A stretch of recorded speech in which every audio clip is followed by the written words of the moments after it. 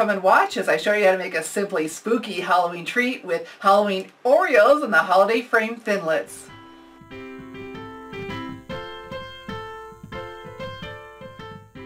The Halloween Oreos come in 5 Halloween designs, and I felt an important part of my research to let you know each design tastes yummy.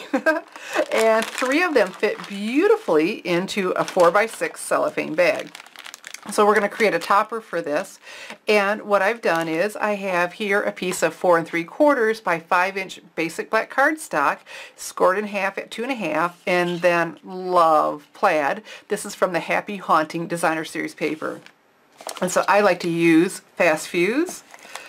And you know what's funny about this? Sometimes we forget to do the other side, but we need to do both.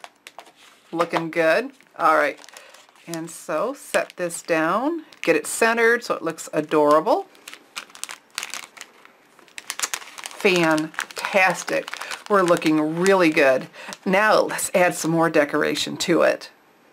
So we're going to decorate our topper with a spiderweb doily. Doesn't that look fantastic? So when I made the first one, I folded it over.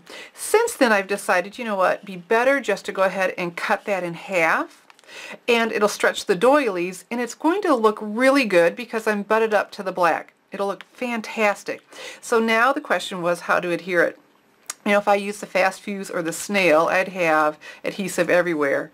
Well, the fine tip glue pen, love this. I have to tell you, when I got mine, it was when I opened it first. I was just so excited about it. And took this off, and I squeezed, and nothing came out. And I squeezed, and nothing coming out. I thought, oh, I had such high hopes for you. Don't tell me you're clogged already. And before I picked up the phone to call Stampin' Up, I thought, I better check one thing. I unscrewed the cap. Yeah, there was a seal there. So take the seal off.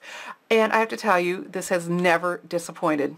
You have a fine needle inside the cap that fits down in there, and every time it just starts working. And so here, and then we've got this fine tip for a project like this. Isn't this wonderful? Welcome to StampingSmiles.com. I'm Shelley Godby, the owner and CEO of Stamping Smiles. And for 14 years, I've been teaching others how to create their own hand-stamped smiles. And so we're going to get this on there. Let's especially go along the tips, right? And get some of, you know, the edges so it lays nice. If we have those adhered down, we're going to be in pretty good shape. I've never had a glue pen that you could just pick up and use right away. All right, that's looking really good. All right, and so we're going to put this right on here, and like I said, make sure we're butted up to the black, and then it'll look seamless. Very pretty.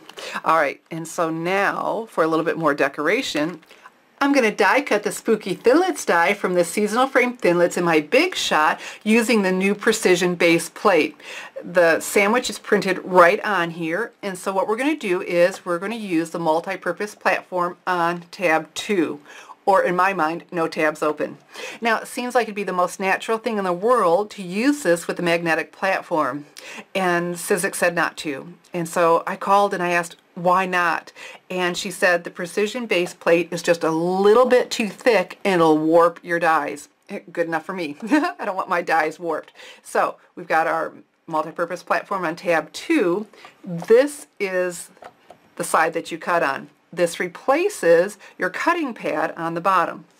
So then we have our cardstock, and then our die, you know, with the edge down, the cutting edge down, and now a cutting pad. So let's go ahead and crank this through.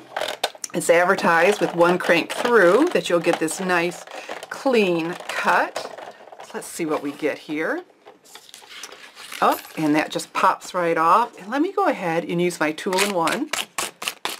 Get out all those little bits and pieces, because it didn't even stick in the die, and that's without any wax paper or any extra shimming. And so I'll need to take my paper piercing tool, well, maybe not even, See, just coming up that easily, that nice of a die cut. And the other thing I like about it, I don't have all of those little hanging chads, you know, all those little ones I need to sit there and scrape off. It's just clean and it comes out like that. Really liking the precision base plate the more I use it. So I have here my Tangelo Twist die cut spooky and wanted to attach it to my bag.